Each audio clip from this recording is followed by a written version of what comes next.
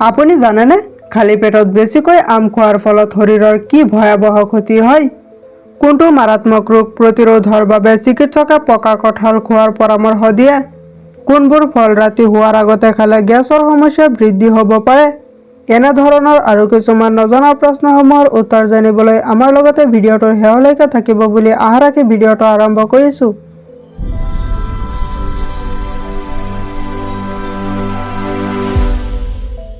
আজিৰ প্ৰথম প্ৰশ্নটো হৈছে মানুহৰ শৰীৰৰ কোনটো অংশ কাটিলেও পুনৰ বৃদ্ধি হ'ব পাৰে?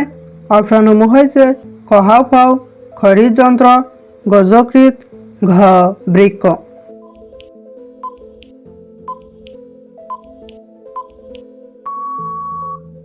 ইয়াৰ ভিতৰত শুদ্ধ উত্তৰটো হ'ব অপশ্যন গ যকৃত। মানুহৰ শৰীৰৰ যকৃত কাটিলেও পুনৰ বৃদ্ধি হ'ব পাৰে। পৰৱৰ্তী প্ৰশ্নটো হৈছে নিয়মিত কোনটো ফল খালে শৰীৰৰ ক্লান্তি দূৰ হয়? অপশ্যনসমূহ হৈছে ক কল, খ ডালিম, গ আম, ঘ বাদাম।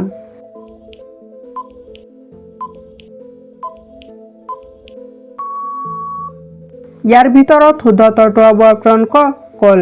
নিয়মিত কল খালে শৰীৰৰ ক্লান্তি দূৰ হয়। পৰৱৰ্তী প্ৰশ্নটো হৈছে কোনটো ভিটামিনৰ অভাৱত নখৰ চাৰিওফালৰ ছাল উঠি যায়? অপশ্যনসমূহ হৈছে ক ভিটামিন এ, খ ভিটামিন চি, গ ভিটামিন ডি, ঘ ভিটামিন বি।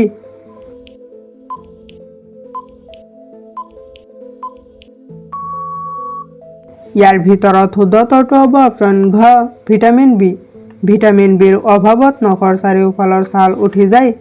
পৰৱৰ্তী প্ৰশ্নটো হৈছে হঠাতে ওজন কমি যোৱা কোনটো ৰোগৰ লক্ষণ হ'ব পাৰে? অপশ্যনসমূহ হৈছে ক কেঞ্চাৰ, খ হাঁপানি, গ হাৰ্টৰ, ঘ কিডনিৰ।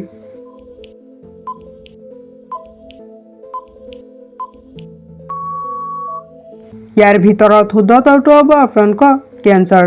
হঠাতে ওজন কমি যোৱা কেঞ্চাৰ ৰোগৰ লক্ষণ হ'ব পাৰে। পৰৱৰ্তী প্ৰশ্নটো হৈছে ব্লাড চুগাৰ নিয়ন্ত্ৰণত কোনটো পদাৰ্থই প্ৰাকৃতিক ইনচুলিনৰ দৰে কাম কৰে? অপশ্যনসমূহ হৈছে ক আম, খ কল, গ মেথিৰ গুটি, ঘ মিঠা আলু।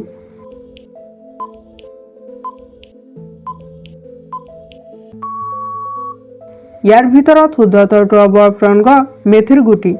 ব্লাড চুগাৰ নিয়ন্ত্ৰণত মেথিৰ গুটিয়ে প্ৰাকৃতিক ইনচুলিনৰ দৰে কাম কৰে। পৰৱৰ্তী প্ৰশ্নটো হৈছে শৰীৰৰ কোন অংগই তেজ পাম্প কৰে? অপশ্যনসমূহ হৈছে ক মগজু, খ হৃদযন্ত্ৰ, গ যকৃত, ঘ হাঁওফাঁও।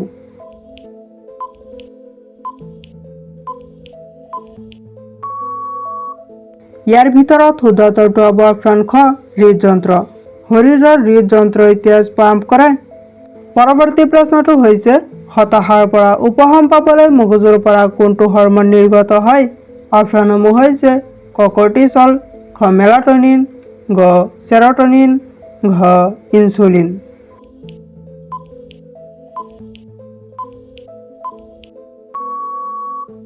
ইয়াৰ ভিতৰত শুদ্ধ উত্তৰটো হ'ব অপশ্যন গ চেৰটনিন।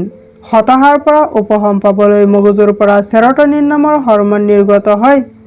পৰৱৰ্তী প্ৰশ্নটো হৈছে ৰাতি টোপনি যোৱাৰ আগতে কি নাখালে হাৰ্ট এটেক হ'ব পাৰে? অপশ্যনসমূহ হৈছে ক পানী, খ চাহ, গ ভাত, ঘ গাখীৰ।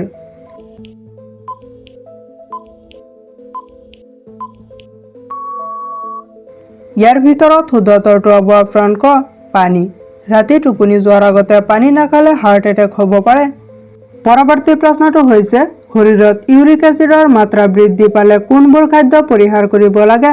অপশ্যনসমূহ হৈছে ক পকা কল, খ টেঙা দৈ, গ মাংস, ঘ সেউজীয়া শাক পাচলি।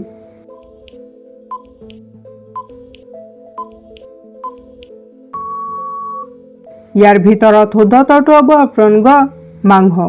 শৰীৰত ইউৰিক এচিডৰ মাত্ৰা বৃদ্ধি পালে মাংস পৰিহাৰ কৰিব লাগে। পৰৱৰ্তী প্ৰশ্নটো হৈছে কেতিয়া ফল খোৱা স্বাস্থ্যৰ বাবে ক্ষতিকাৰক? অপশ্যনসমূহ হৈছে ক ৰাতিপুৱা, খ দুপৰীয়া, ঘ সন্ধিয়া, ঘ ৰাতি।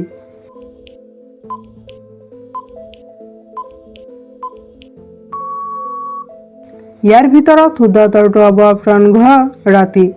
ৰাতি ফল খোৱা স্বাস্থ্যৰ বাবে ক্ষতিকাৰক। পৰৱৰ্তী প্ৰশ্নটো হৈছে কোনটো ফলত ফলিক এচিড থাকে? অপশ্যনসমূহ হৈছে ক কল, খ আঙুৰ, গ খেজুৰ, ঘ ঘ কমলা।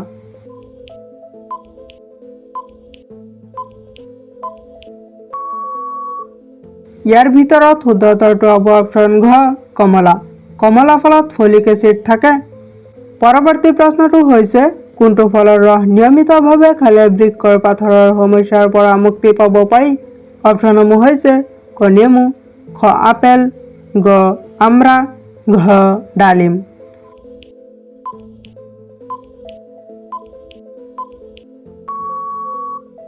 ইয়াৰ ভিতৰত শুদ্ধ উত্তৰটো হ'ব অপশ্যন ক নেমু। নেমু ফলৰ ৰস নিয়মিতভাৱে খালে বৃক্কৰ পাথৰৰ সমস্যাৰ পৰা মুক্তি পাব পাৰি। পৰৱৰ্তী প্ৰশ্নটো হৈছে কোনটো ভিটামিনৰ অভাৱত হাড় আৰু গাঁঠিৰ বিষ বৃদ্ধি পাব পাৰে? অপশ্যনসমূহ হৈছে ক ভিটামিন এ, খ ভিটামিন চি, গ ভিটামিন ডি, ঘ ভিটামিন কে।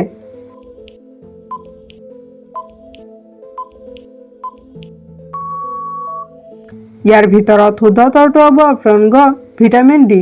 ভিটামিন ডিৰ অভাৱত হাড় আৰু গাঁঠিৰ বিষ বৃদ্ধি পাব পাৰে। পৰৱৰ্তী প্ৰশ্নটো হৈছে কোনবোৰ ফল ৰাতি হোৱাৰ আগতে খালে গেছৰ সমস্যা বৃদ্ধি হ'ব পাৰে? অপশ্যনসমূহ হৈছে ক পকা কল, খ আপেল, গ আমলখি, ঘ নেমু।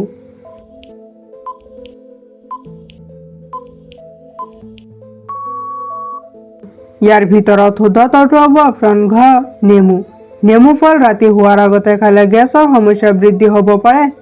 পৰৱৰ্তী প্ৰশ্নটো হৈছে কোনটো মাৰাত্মক ৰোগ প্ৰতিৰোধৰ বাবে চিকিৎসকে পকা কঁঠাল খোৱাৰ পৰামৰ্শ দিয়ে? অপশ্যনসমূহ হৈছে ক ৰক্তহীনতা, খ আলচাৰ, ঘ জণ্ডিছ, ঘ টাইফয়েড।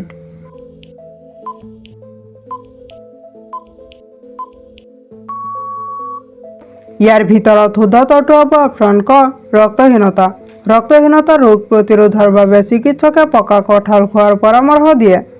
পৰৱৰ্তী প্ৰশ্নটো হৈছে কোনটো ফল পকিবলৈ 2 বছৰ সময় লাগে? অপশ্যনসমূহ হৈছে ক নাচপতি, খ মাটি কঁঠাল, গ আম, ঘ কঁঠাল।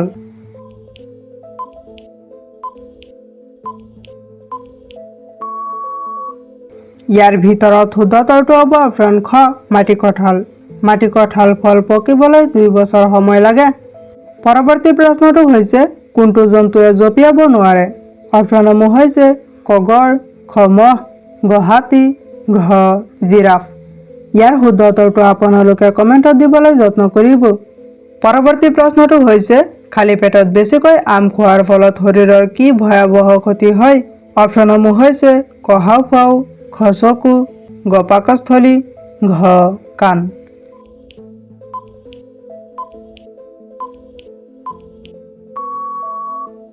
ইয়াৰ ভিতৰত শুদ্ধ উত্তৰটো হ'ব অপশ্যন গ পাকস্থলী। খালী পেটত বেছিকৈ আম খোৱাৰ ফলত পাকস্থলীৰ ভয়াৱহ ক্ষতি হ'ব পাৰে। পৰৱৰ্তী প্ৰশ্নটো হৈছে কোনটো ফল খালে শৰীৰ সতেজ অনুভৱ হয়? অপশ্যনসমূহ হৈছে ক তৰমুজ, খ লিচু, গ কল, ঘ আম।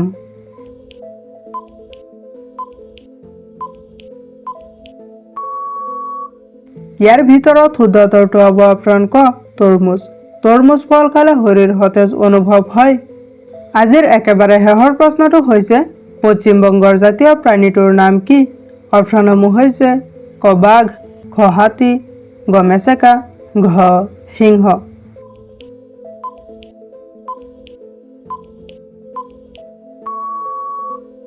ইয়াৰ ভিতৰত শুদ্ধ উত্তৰটো হ'ব অপশ্যন গ মেচেকা। পশ্চিম বংগৰ জাতীয় প্ৰাণীটোৰ নাম হৈছে মেচেকা। ভিডিঅ'টো শেষলৈকে দেখাৰ বাবে ধন্যবাদ। যদি ভিডিঅ'টো ভাল লাগিছে তেনেহ'লে এটা লাইক কৰি দিব আৰু যদি এনেকুৱা ধৰণৰ আৰু কিছুমান নজনা প্ৰশ্নসমূহৰ উত্তৰ জানিব বিচাৰে তেনেহ'লে আমাৰ চেনেলটো ছাবস্ক্ৰাইব কৰি ৰাখিব। Thank U.